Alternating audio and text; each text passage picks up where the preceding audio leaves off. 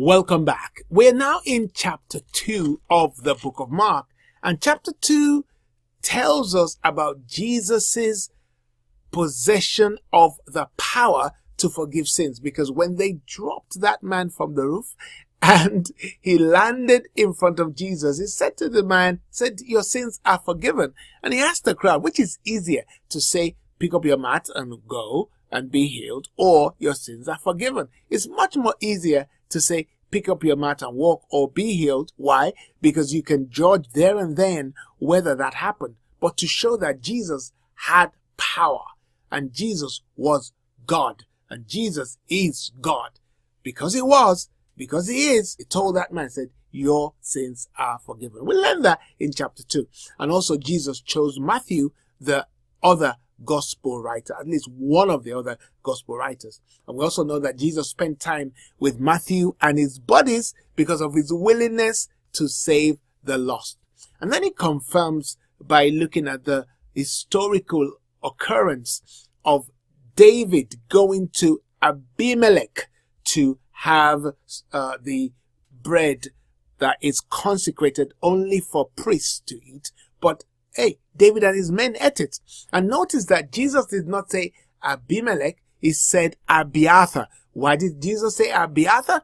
Because Abiathar was the only surviving priest, because Doeg the Edomite wiped out the whole of the Ahimelech's family and the village where they lived, as well as ensuring that he also wanted to kill Abiathar, but Abiathar escaped to David. And David said to him, come and stay with me. Why? Because the man who is after your life is also after mine.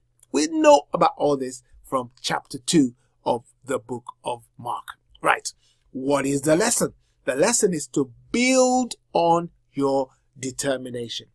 Build on your determination. So let me read verses 3 and 4 of the book of Mark chapter 2. It says, then they came to him bringing a paralytic who was carried by 4 men. And when they could not come near him because of the crowd, they uncovered the roof where he was. So when they had broken through, they let down the bed on which the paralytic was lying. When Jesus saw their faith, he said to the paralytic, son, your sins are forgiven you. All right. Why do I say build on your determination? They left their homes thinking, having the determination that this guy, our friend, needed to be healed. So they went ahead to see what would be done for him. They got there. The crowds were blocking the entrance. They just couldn't get in. There were so many people. They could have gone back home and said, guess what? We tried. We went there, but we couldn't get in, so we came back. That's not good enough. Trying is not good enough. They refused to admit defeat. They just refused. They said, no, knowing that there must be a solution. Knowing that there must be a solution. That's worth repeating. Knowing that there must be a solution. Whatever you're going through right now, there is a solution. Whatever problems you're facing, there is a solution. And that's the mindset that they had that helped them to build on their determination. They were willing also to take the unconventional route. They wanted to go through the door, which was the conventional route of entering into someone's house. Well, hey, that's not possible. Let's go through the roof. So they went through the roof. That was an unconventional route. Sometimes when you're doing something in life and the natural route or the conventional route is blocked, you need to start thinking outside the box. That is why if you're in business, you are told to go look at other industries and import all their good practices into your own industry. That's a very good one. J. Abraham says that. All right. Again, we notice that they used all the resources they had. They had the bed, they had the energy of the 4 of them. They were determined together. They joined forces together. Hey, all this stuff is good resources that helped them to build on their determination.